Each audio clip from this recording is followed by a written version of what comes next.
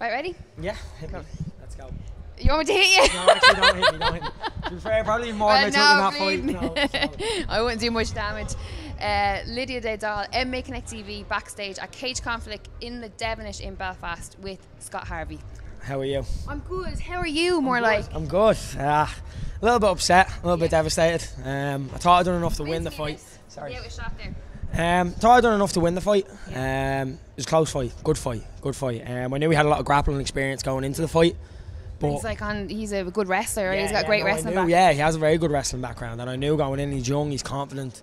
There's loads of back and forth crap online. Well, more so him forward. I'm a nice guy. I like to just sit back and just accept what it is. But yeah, I knew when I'd go in, I knew I'd meet a strong grappler when we clinched up. So obviously we had one or two exchanges on the feet at the start, and I said from the get-go, I was like, I'm going to look to initiate the grapple straight off the bat because I'm confident in my ability to grapple as well. So I knew I'll go out, I'll put it on him.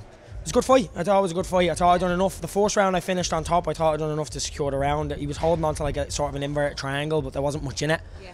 So I was like, okay, I'll just secure the position here once his legs once they loosen up a little bit, I'll just clear my head, secure the position, which I did.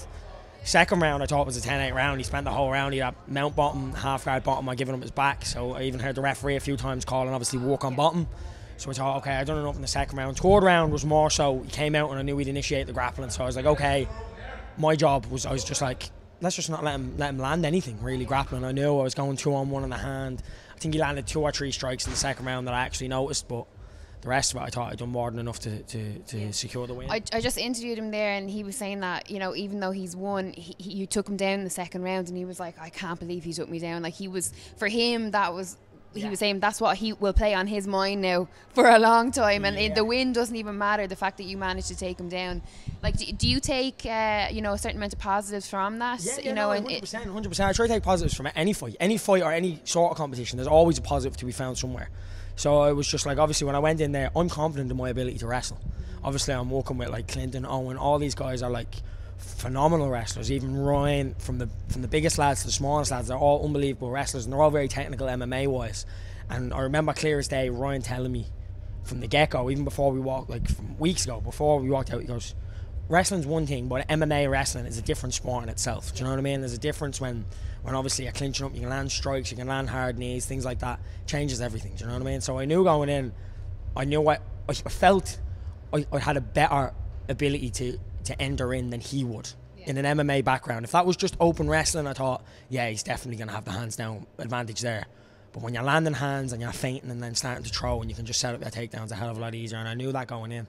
And I landed that takedown. He landed a lovely hip toss in the first round. I actually felt like when I landed on bottom, I remember landing on bottom, I felt like just going to him, kudos. That was lovely. I'd say that looks boss on camera, mate.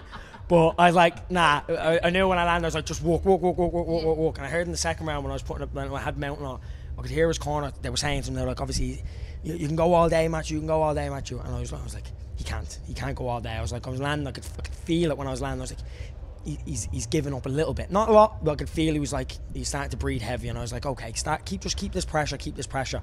Second round, the third round, sorry, obviously got together. I was a bit upset that they called the decision, and I celebrated a victory that wasn't mine. Well, yeah, we didn't obviously talk about it, but what happened was the scorecard was, they thought obviously Matthew had won, but they thought he was the red corner and the blue corner won, and your hand was raised, and then I felt like an idiot because I was like, I thought I'd done enough to win the fight, and then I'm celebrating the win that they called out, and I'm like, yeah, I've done this, and then they change it on me. But sure, look, it is what it is. You know what I mean? You take your wins. Your teammate Ryan Curtis was a little bit more upset than you were. He's more upset than me, definitely. And he's sure, like, do you know what I mean? Even at that, I knew going it.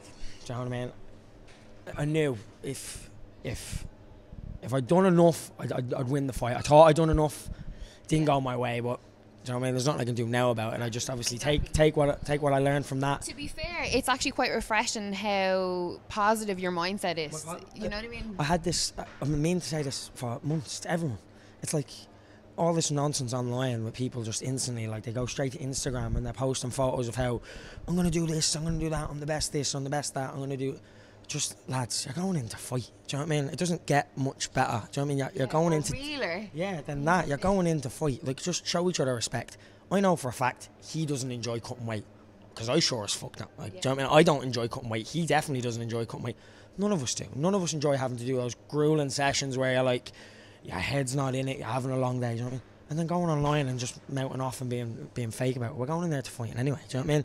Like, I noticed the whole lead up to this fight, he was obviously just like messaging me and tagging me things on Instagram about how he's going to do this. And I believe at one point he was selling tickets and he was saying tickets to Scott Harvey's funeral and stuff. And I'm just like, mate, we're going there to fight. Like, it's rare, like, you're going to see me outside afterwards for a pint. It's like, do you know what I mean? And that's what it was. That's the way I always look at it, do you know what I mean? I try to treat everyone, obviously, with the respect that they deserve. They're going in, you're competing at, I believe, like a good level, do you know what I mean? We're going in there and we're hoping to someday make a career out of this. So show each other the respect and allow each other to perform to the best of their ability. And I think that's what MMA needs for a difference. You know what I mean? Instead of too many, I hate to say it, but you might get a few viewers. There's too many Conors out there. Too many Conor McGregors, right? We need more.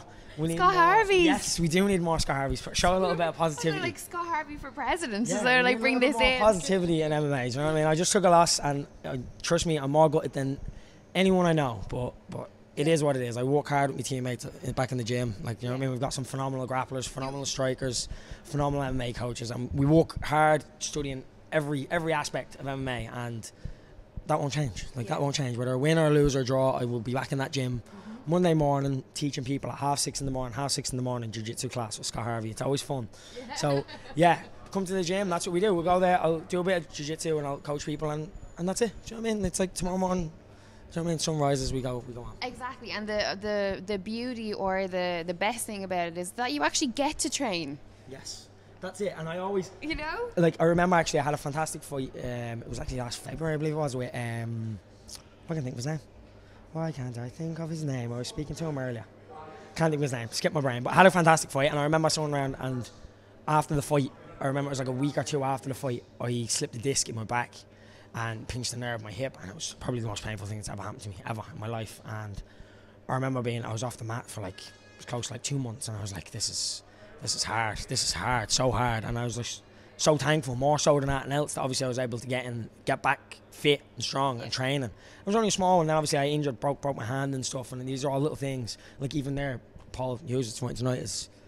How many times has he broke his hand? I think it's 92 times. Yeah, but like, and everyone, you've done your ankle before. Yeah. Everyone suffered a serious injury. Do you know what I mean? And when I done my ankle, I was in a cast for 3.5 months, nearly 4 months. And when the cast came off, I was like, yes, lovely, brilliant, I can go back training. But you don't actually realise that that's only stage 1. Yeah, you're only at the first hurdle, and then there's so many more that you come across, and then you obviously don't want to risk re-injuring, and then you're scared, and you have fear, and you have all these things that are teasing on your mind. But I think that's just that important, that obviously we're going in there to compete, show each other respect. Do you know what I mean? That could happen to anyone. Like anything could have happened in there. I could have been seriously injured. He could have been seriously injured.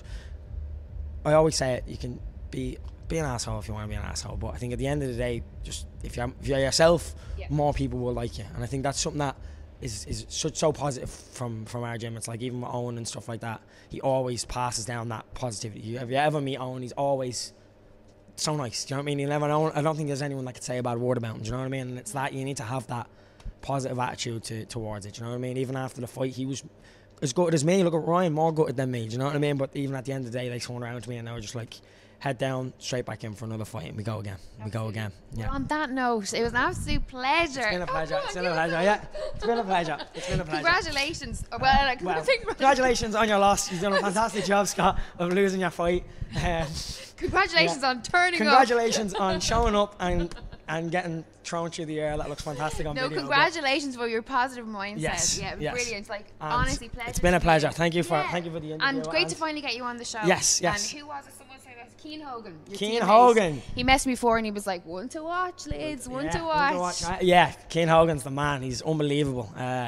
Just even in the gym, he does Thai boxing class and stuff with us, and it's just like phenomenal. You see the vast knowledge he has in that field is like I think I know, like, oh yeah, I can throw a jab, I'm deadly at throwing it, and then you see it, and you see it obviously from being up in like DCA and being with all these like high level Thai boxers and all, like the guys he's training with. It's like even in Warriors and stuff, you're like, whoa, you've so much more to learn, and it's fantastic having him in the gym and doing that. And Keen Hogan, you're the man. You're the man with the plan. All right, Scott, let's let you go. Lovely to see you. No great, problem, and congratulations again. Problem, okay? I said congratulations again to you.